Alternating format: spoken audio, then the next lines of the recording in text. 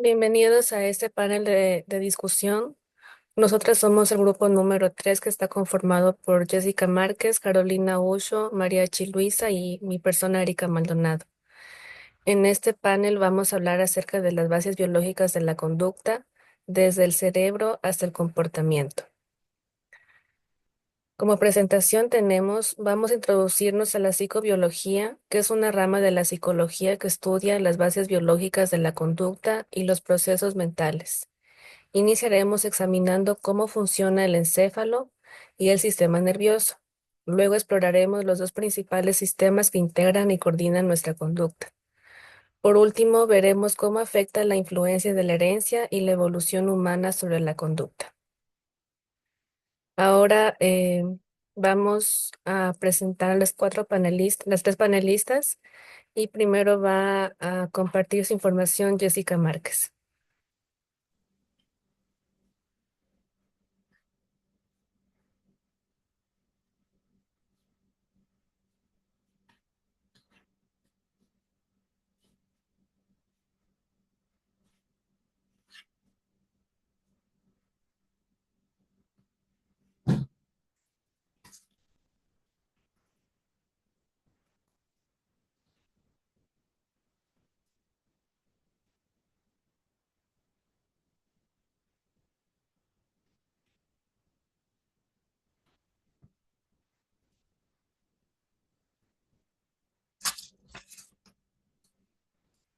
Mi tema es neuronas, los mensajeros. El encéfalo en el ser humano tiene un promedio de 100 millones de células nerviosas o neuronas, miles de millones más que se encuentran en otras partes del sistema nervioso, pero una sola neurona encierra muchos de los secretos de la conducta y de la actividad mental. Las neuronas varían considerablemente en forma y tamaño, pero todas estas especializadas en recibir y transmitir información. Dentro de ellas tenemos las dendritas que transmiten mensajes de otras neuronas al cuerpo celular, el axón que transmite el mensaje a una neurona cercana o a un músculo o glándula. La mielina La vaina de la mielina proporciona aislamiento e incrementa la velocidad del mensaje o impulso viajero. Tenemos los botones terminales, que es el impulso, alcanza los botones terminales, liberando neurotransmisores en el espacio sináptico que separa a una neurona de otra. Tenemos el impulso nervioso.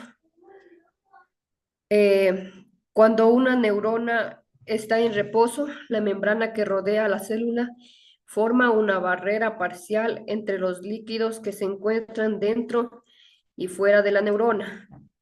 Una neurona en reposo o polarizada es como un resorte que ha sido comprimido, o como la cuerda de una guitarra que ha sido impulsada pero no soltada.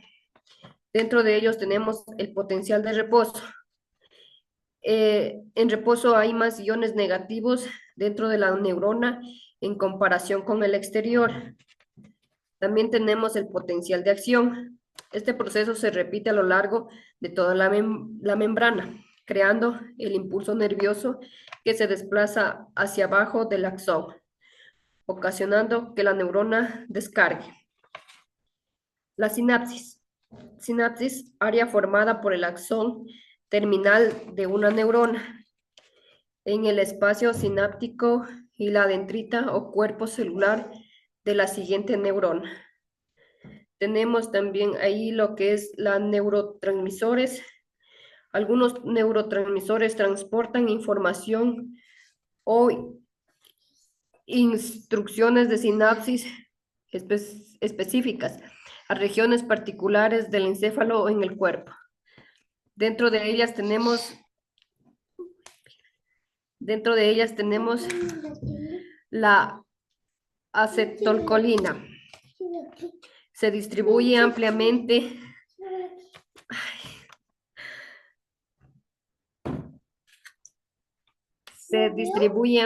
a lo largo del sistema nervioso central, donde participa en la activación, atención y memoria.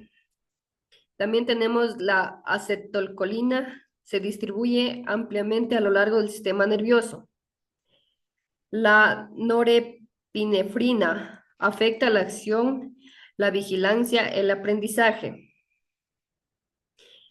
Las endorfinas están implicadas en la inhibición del dolor. La glutamato se relaciona con la memoria a largo plazo y la percepción del dolor. Tenemos lo que es psicofarmacología. Muchas drogas psicoactivas y toxinas trabajan bloqueando o mejorando la transmisión de sustancias químicas a través de la sinapsis. Otras sustancias también hacen lo contrario, es decir, aumentan la actividad a los neurotransmisores. Algunas lo logran incrementando la libertad de un neurotransmisor.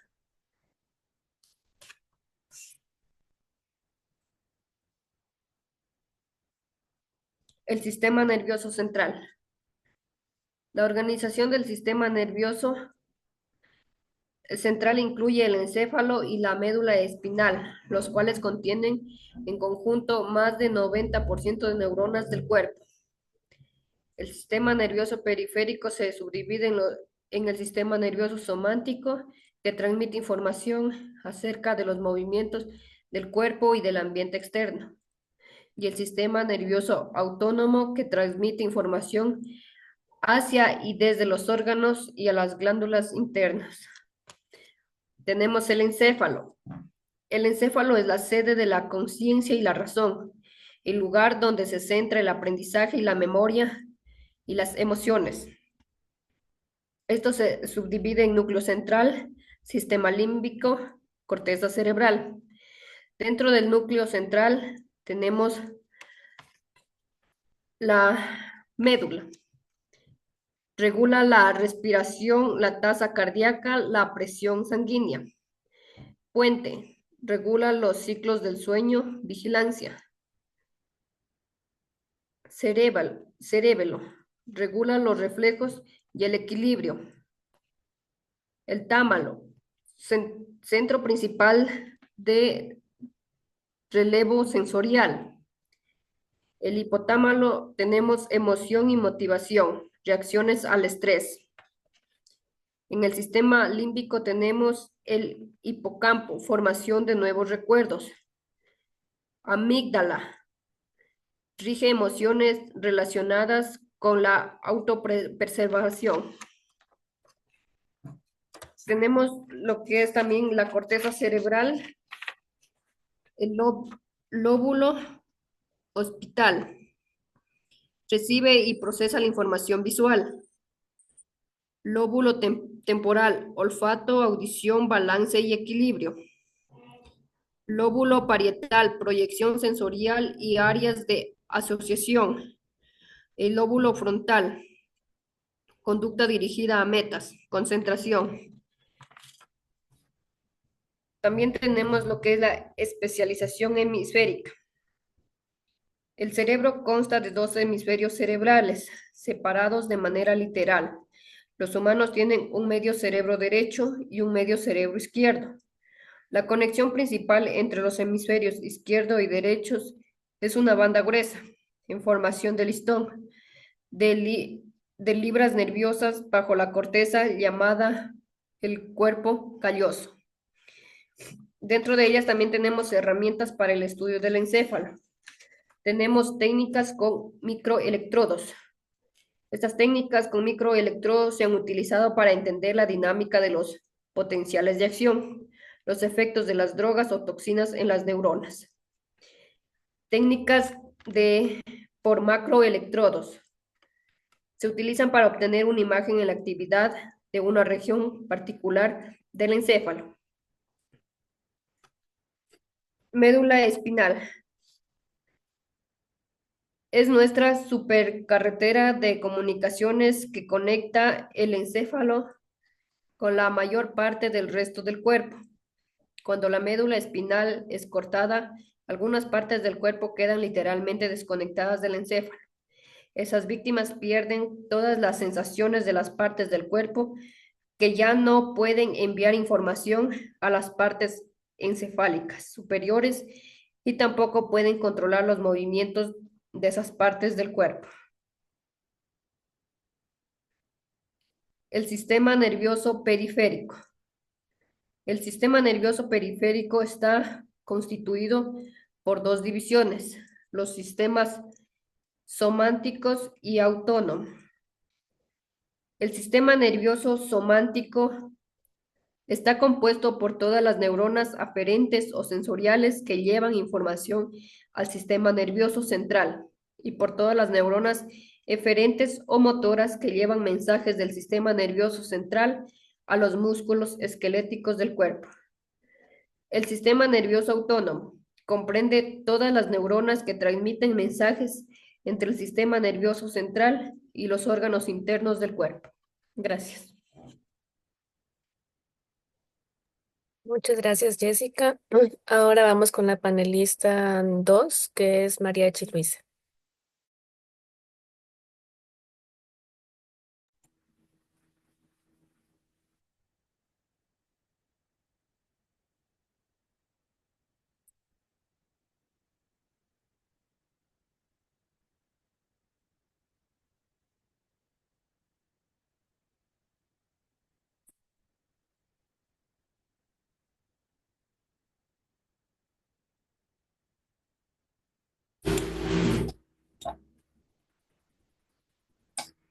Mi tema ha sido el sistema endocrino. Las hormonas me obligaron.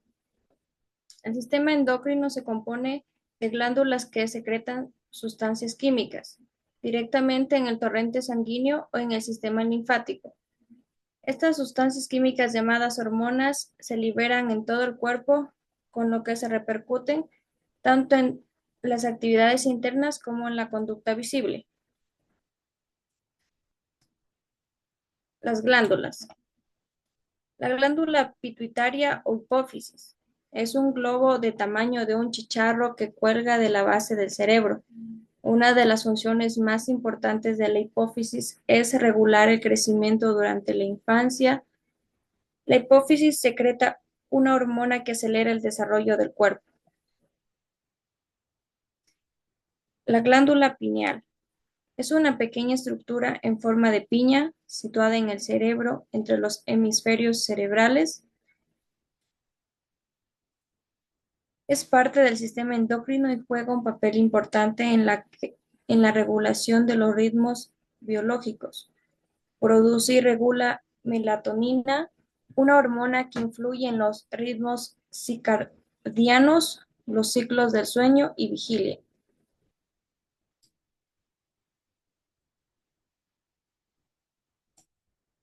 La glándula tiroides. Es una glándula endocrina en forma de mariposa ubicada en la base del cuello, justo debajo de la laringe y delante de la tráquea. Es una de las glándulas más importantes del sistema endocrino, ya que regula el metabolismo y otras funciones esenciales a través de la producción de hormonas tiroides.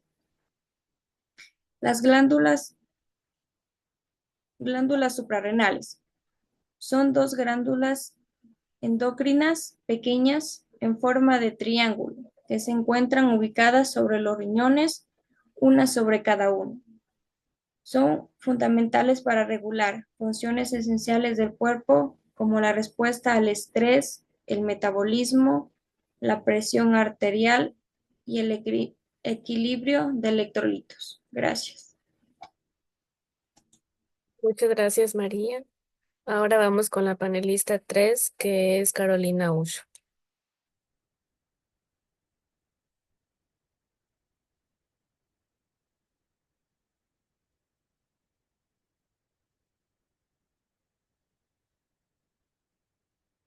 Genes, evolución y conducta.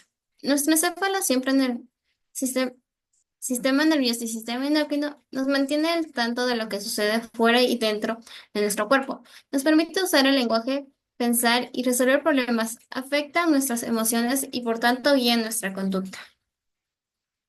Genética. La genética es el estudio de cómo los seres vivos transmiten los rasgos de una generación a la siguiente. Es decir, descendientes no son copias al carbón o clones de sus padres, pero algunos rasgos reaparecen de generación en generación, en patrones predecibles. Al inicio de los siglos, los científicos llamaron genes a las unidades básicas de la herencia, pero no sabían lo que eran los genes o cómo se transmitían. Los seres humanos poseen 23 pares de cromosomas en cada célula normal. Las excepciones son las células sexuales, que solo tienen la mitad de un conjunto de cromosomas. En la fertilización, los cromosomas del espermatozoide del padre se unen a los cromosomas del óvulo de la madre, creando una nueva célula llamada cigoto. Esa sola célula y todos los miles de millones de células corporales que se desarrollan a partir de ella, excepto el espermatozoide y el óvulo. Contiene 46 cromosomas dispuestos en 23 pares. Los genes como los cromosomas se presentan en pares, en algunos casos como en el color de los ojos. Uno puede ser un gen dominante, que puede ser los ojos cafés, y el otro un gen recesivo, que son los ojos azules. Sin embargo, los ejemplos de genes individuales que controlan un solo rasgo son raros en la herencia poligénica. Un solo gen contribuye a más de un rasgo, mientras que un rasgo depende de la acción de varios genes. El peso, la estatura, la pigmentación de la piel y muchas otras características son poligénicas. Genética conductual.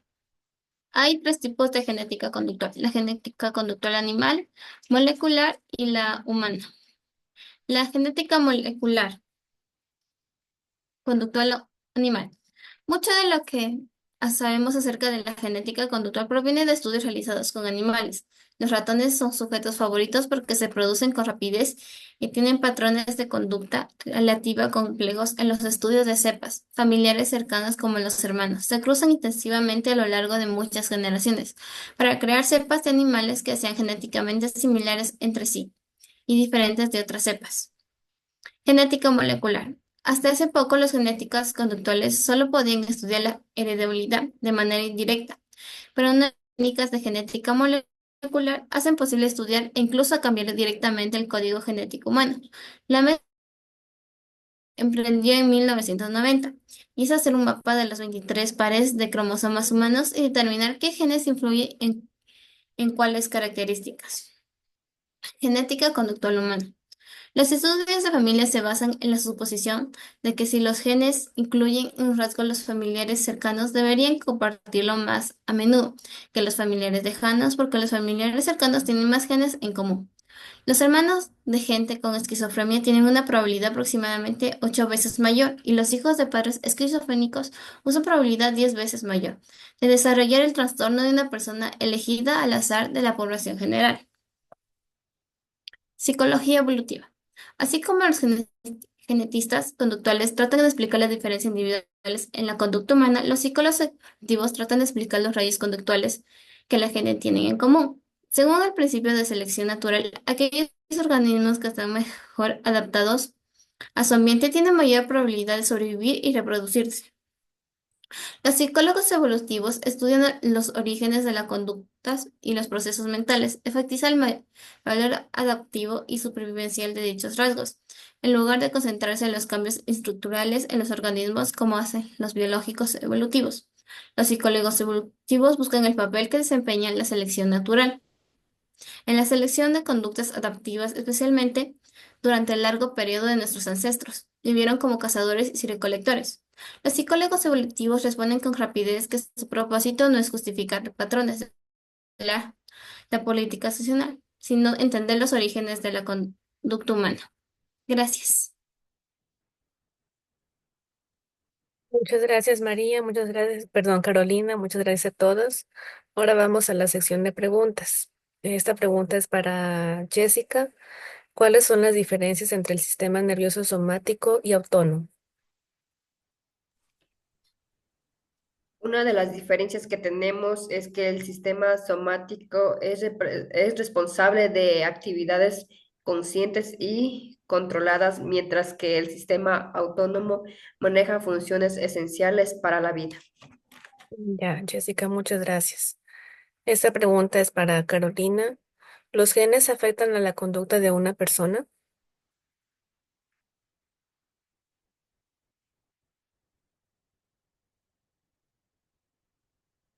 Sí, Los genes afectan la conducta de una persona, pero no solo en el único factor que influye en ella, sino que en la conducta humana.